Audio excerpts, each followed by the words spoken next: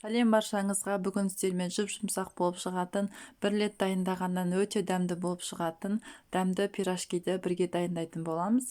Ең алдымен менің каналыма тіркеліп, лайк басып, комментарий жазуды ұмытпаңыздар. Видеоны соңына дейін тамашалаңыздар. Ең алдымен ыдысымызға жылы сүтімізді, үстінен жылы суымызды, одан кейін сұйық майымызды құйып аламыз. Үстінен тұзымызды, қантымызды саламыз. Одан кейін дрожжымызды салып, барлығын біркелкі болғанша араластырамыз.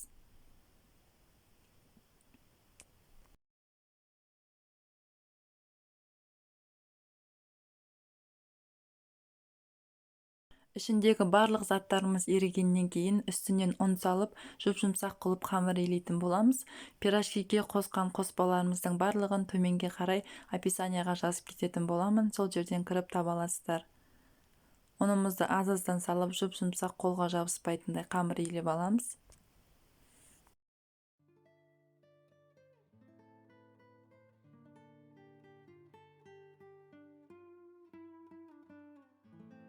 Қамырымызды илеп болғаннан кейін бетін жылылап жауып қоямыз.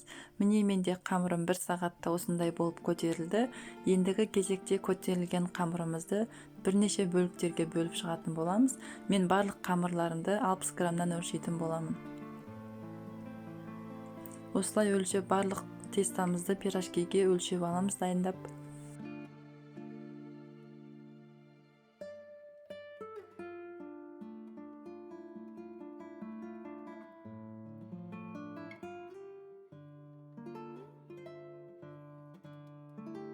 Барлығын біркелкі етіп бөліп алғаннан кейін, ендігі кезекте салмасын дайындайтын боламыз. Картошкамды алдын ала пісіріп алдым. Үстінен тадымына қарай бұрышымды, қара бұрышымды, қызыл бұрышымды және де тұзымды қосып, жақсылап араластырып алам.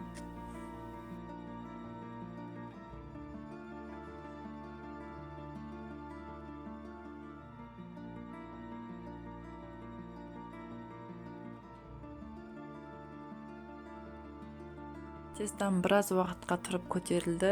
Енді оқтаудың көмегімен тестамды жоғартып, ішіне картошкамды салып, екі бетін біріктіріп, барлығын солай жасап шығамыз.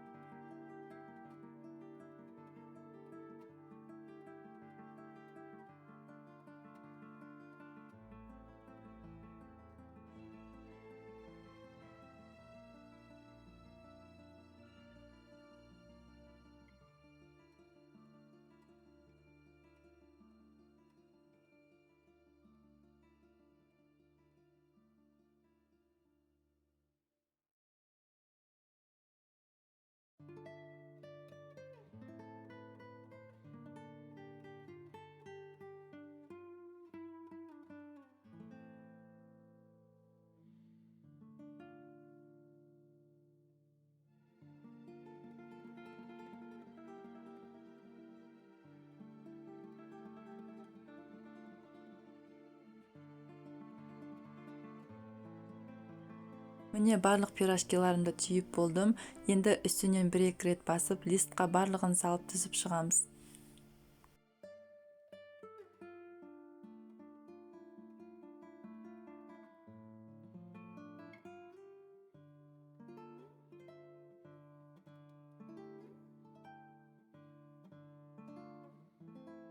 Дайындаған барлық пирожкиларымызды листқа орналастырып, үстінен жұмыртқамызды жағып, күнжутымызды сеуіп, қызып тұрған пеште 180 градуста 10-15 минут пісіріп алатын боламыз.